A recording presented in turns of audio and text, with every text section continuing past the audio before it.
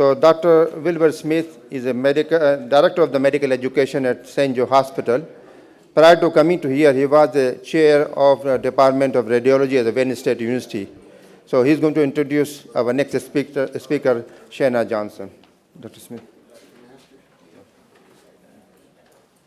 Well, I want to thank Dr. Tang because he convinced me. Here I was thinking I ought to see one of these cardiologists.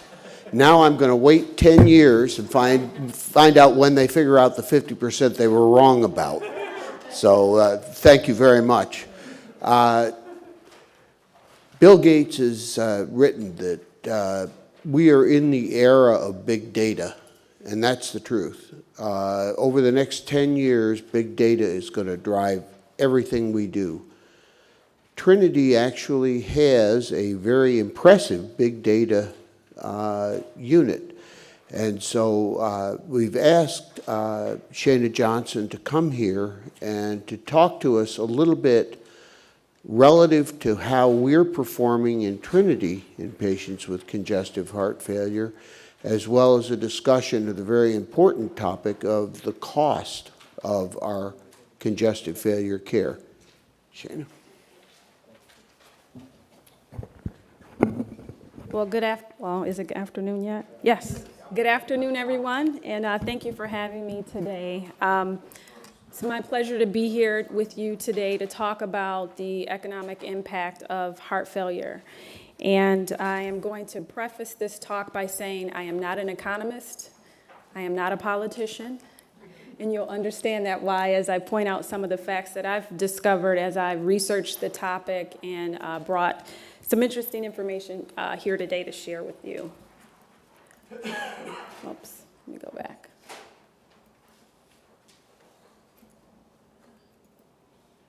So I pulled this quote because I think it's pretty telling, and it says, "We may be bending the cost growth curve, but the per capita amount continues to grow."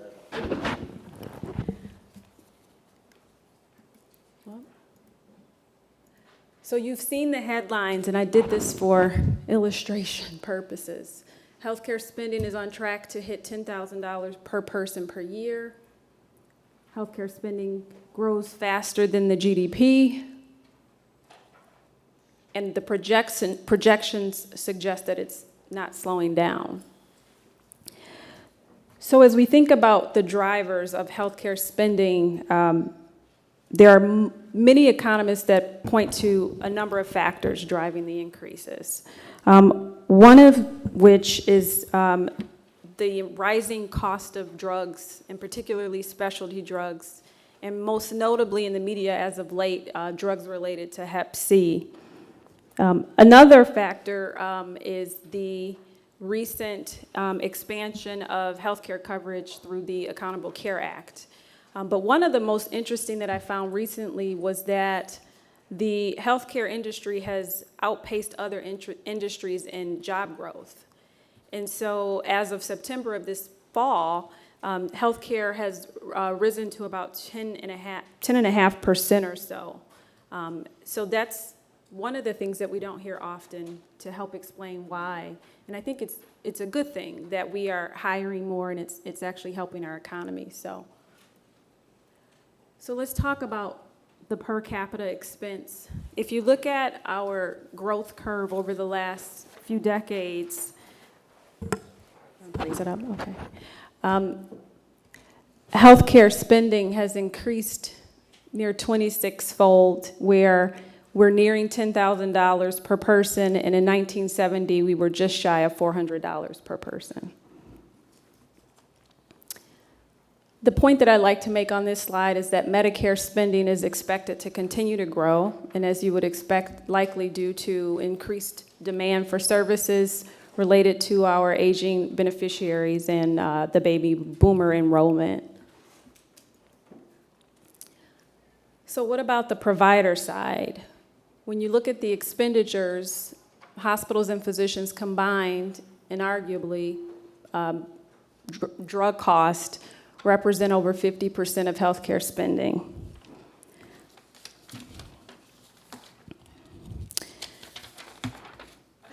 So what are some of the contributory factors? We've already talked about those. The expansion of healthcare coverage to more Americans through the Accountable Care Act, the physician and office visits, and I'll show you some numbers later when we look at heart failure in particular.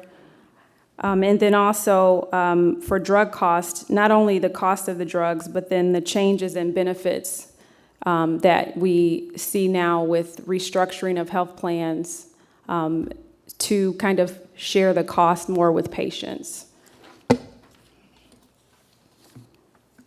So this takes us closer to heart failure and heart-related illnesses. This data shows you that the top 20 leading diagnoses for healthcare expenditures, and if you combine heart-related conditions, you'll see that the numbers are pretty staggering.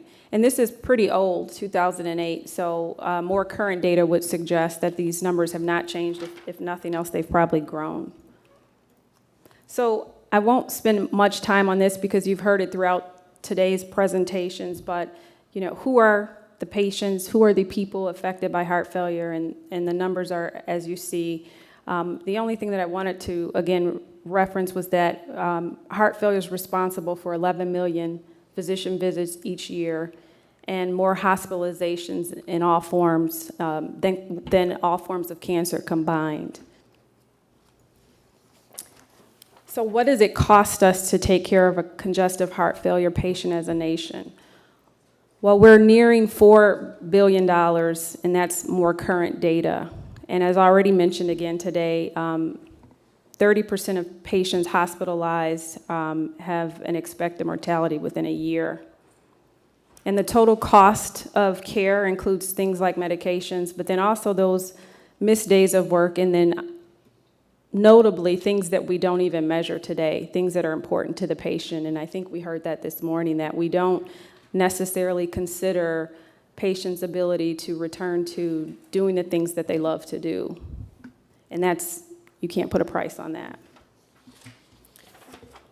So CHF costs are largely driven by hospitalizations and readmissions for exacerbations. As a nation right now, we're about 22% on readmissions. Again, about 1 million CHF hospitalizations per year. And while those rates have declined, our mortality for heart failure is nearing 11.5%. So I found this data in a Butler article after sharing my presentation with one of our newest members to the system office team. He's one of our new cardiologists that will be leading our service line from a systems perspective. And when you look at heart failure and heart-related disease, combined, the deaths are far greater, nearing almost over 300,000 deaths per year associated with heart-related illnesses. Pretty staggering. And we've talked a lot about the disparities in male versus female patients, but you'll see in 2010 those lines are starting to converge. And so a trend to watch over time for sure is how are the statistics changing for gender. So looking at projected cost, if you notice, by 2030, CHF is projected to cost the country about $80 billion per year if we continue at our current rate. So let's talk a little bit about our data. So if you aren't familiar with the Trinity Health System, we have a very large footprint in the US. We have over 88 hospitals in 21 different states. We do about 15+ billion in revenue. And we are very active in the continuing care space with nearly 2.5 million home health visits. And our PACE programs are growing. We're acquiring new facilities, not just on the inpatient side, but also in the continuing care space. Our clinically integrated networks treated over 7,000 patients during a one-year period for heart failure, and that equates to 15,000 office visits per 1,000. And you can see the statistics for ER visits and admissions. And the total spend was $266+ million. And that's about just shy of $40,000 per member per year. When you look at the Trinity Health statistics combined, we represent about 1% of CHF discharges across the country. So this is just another slice of the data, but looking at the southeastern Michigan area and the Trinity Health hospitals in the region, we saw about 13,000 patients, and this data is from September of 14 through September of 15. So I found some interesting statistics on Pontiac. If you look at Pontiac CHF discharges, they're the highest in the state, or are higher than the state national averages. And I thought that was pretty surprising when compared to Detroit and then compared to the other cities in the neighboring area. But the good news is when you look at the St. Joseph Mercy Oakland's data, our heart failure readmission rates and our mortality rates are just slightly below national averages. That's the good news. So what do we do when we have our patients in our hospital? How are we doing on length of stay? And this data is stratified by the 3 major diagnoses groups, with 291 being the most severe. Our average length of stay is pretty similar across the 3 different diagnoses groups, ranging anywhere from 1 to 5 days. We did exclude outliers from the data. When you take a closer look at the 291, which is where we saw the most disparity and the most variation and skewedness in the data, these are the most common diagnoses for patients that stay longer than the geometric mean or expected length of stay. So it's our sicker patients. So where do our patients go when they leave us? Nationally, patients are primarily discharged home, and that's true for the under 65 population. When you look at the older population, 65 and older, that shifts slightly with still more patients going home, but now you see more use of our continuing care space and skilled nursing facilities and long-term care institutions. Trinity's data is no different. We show the same distribution pattern in our discharges. So what type of insurance do our patients have? Nearly 60% of our CHF patients are Medicare traditional patients, and that's likely true for most of our patients. And as an organization, a lot of our hospitals are nearing 70% or greater of their patient populations are under the Medicare program. And this is important, and I'll make the point in a few minutes about why we should be cognizant of that as we think about the payer environment. So spending-wise, St. Joseph Mercy Oakland is one of the lowest in our southeastern Michigan region on the spend, and this shows you the spend based on the the major diagnoses groups. So average spend, again, is no different than national spending, and this is important as we talk about programs that impact our bottom line. So I'd like to spend the last few minutes talking about the payer climate and what's before us in light of the statistics that we talked about today, readmissions, hospitalizations. The climate is moving away from the fee-for-service world where we are paid for what we do towards a value-based environment where not only are we responsible for managing cost, but we're responsible for managing the quality of care and outcomes and also the patient experience. So how satisfied are our patients when they're with us? So in January of 2015, the U.S. Department of Health and Human Services announced that by 2016, 85% of all traditional Medicare payments will be tied to quality or value, and by 2019, 90% through programs like value-based purchasing and the readmission reduction program. So again, thinking about 70% plus of our populations being Medicare, this is huge to hospitals and eligible providers. And this is just a quick refresher on those programs. So hospital readmission reduction is a penalty program, and each hospital is essentially evaluated across a number of clinical conditions, one of which is heart failure, another one is AMI, and are subject to a 3% penalty against the base operating DRG payment. The value-based purchasing program is a disincentive or incentive program where dollars are withheld and the hospital has the opportunity to earn back more or less up to that percentage cap for the year.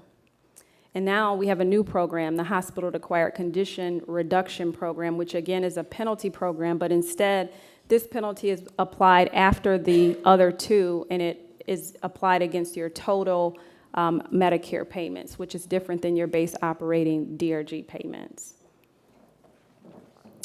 And essentially, CMS double dips in multiple programs. So in hospital readmission reduction, a hospital is evaluated against a number of medical conditions, including heart failure. In value-based purchasing, hospitals are also evaluated against heart failure via the mortality rates. The heart failure core measures, the discharge instructions, the ACE or ARBs, they have since been taken out of the program. And then the hospital-acquired infection, again, this is, it applies to all patient populations. So last year, Trinity as a system lost about $11 million related to these programs. And this is only on the acute inpatient side. And we're doing the studies right now to see how we fared in 2016, and it doesn't look as if we've stopped the bleed. We expect that this number will be higher this year. So switching to a new program, and this is the new four-letter word, or four, this is bundle payment for care improvement, and this is one of the newer programs that Trinity is now involved in. And I'd like to just share a little bit about the bundle payment program and how we're performing. But first, it's important to kind of understand the program mechanics and the origin of it. So the bundle payment for care improvement program started in CMS out of the Innovation Center. And it was a test to see if we, as a system in the hospitals that were involved in this, were able to still deliver high-quality care, but at a lower cost.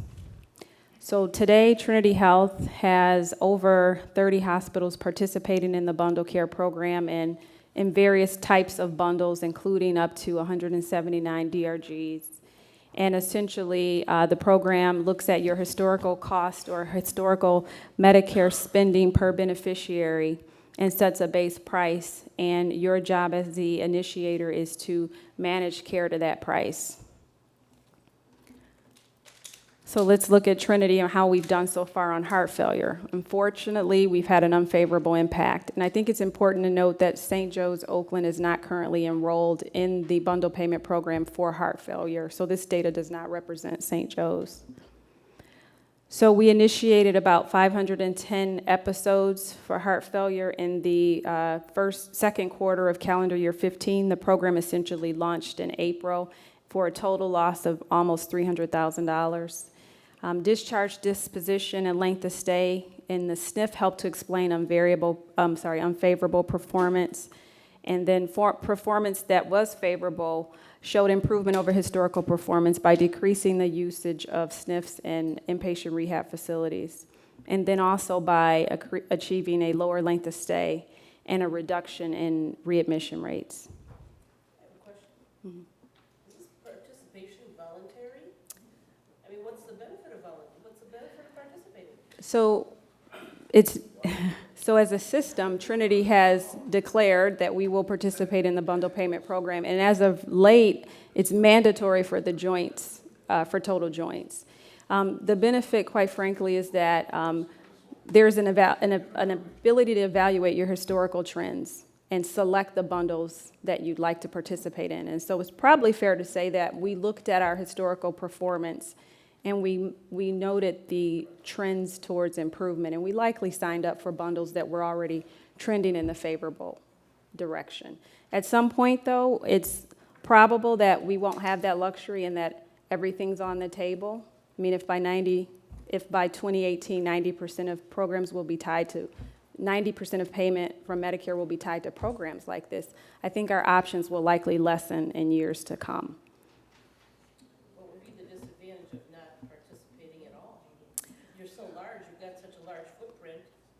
that- Well, as Come on. the payer climate is changing, it's just a matter of time. And so as an organization, our CEO and our leadership has declared this is the direction that we're going. And so how are we preparing for the future of healthcare? We're establishing value-based contracts, and we're taking on the risk because we recognize that that's the direction that we're going as a country. It's the right thing to do.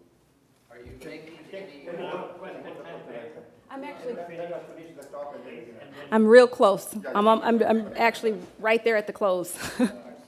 So in summary, perfect topic. So healthcare spending is on the rise, and hospitalization readmissions for CHF are just a few factors contributing to the higher cost of care and are presumably avoidable. And the value-based climate increases the pressure on the provider side to deliver higher quality care at a lower cost. And then here's the, bottom line is Trinity Health is strategically aligning and preparing for the future by focusing on value-based models, population health management, and seeking to optimize care in the acute inpatient environment by driving down costs and improving the efficiency of the care that we provide. So addressing things like length of stay and the utilization of supplies and in particular service lines. Thank you. As a corporation, are you making or suggesting any organizational changes to our treatment of congestive heart failure? I think we will see more of that in the upcoming year. We just recently we're in the process of reorganizing the UCO. I don't know if you're familiar with the naming convention, but the Unified Clinical Organization at the System Office. It's essentially the office of our chief quality, chief physician, chief nurse, and all others. We're launching new product and service lines where we're bringing in a nurse physician dyad. We have a system-level cardiologist that just joined Trinity, and we'll be working with all of our ministry organizations on care pathways and understanding how we deliver care in the acute inpatient and across the continuum. So I suspect that within that body of work, heart failure will be addressed, and it's actually the first planned medical condition to address. We studied an article provided by the American College of the American Heart. It was called Caress, which suggested that we would lose $35,000 per patient readmitted within a 30-day period of time. It would seem that there's some necessity in addressing those issues. Absolutely. And trying to get multiple cooperation. You need the ER, because you can't admit these people. Certainly. You need multiple outpatient facilities where you may have to ultrafiltrate them. You may need IV pressors. Has Certainly. any of that been done? So I think we have models in the system at an individual ministry organization level, and in some of our regions, we work better in a more integrated fashion. I think you'll see a lot more of that activity in the next year to come as we are now creating this new structure. In the last 4 years, Trinity has had system-level activities. We focused on joints where we were able to reduce some costs associated with waste of supplies. We focused on falls. We focused on heart failure. It was more on the technology side. So I think it's coming, and certainly our kind of philosophy in the UCO is to work collaboratively and, more importantly, to be physician and clinician-driven.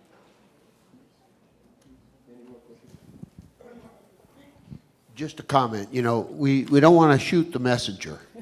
There's absolutely no doubt, 90% by 2018. We're just at the start of this, but we're better off being into it and at least realizing where we are than hitting it all in 2018 like a wall.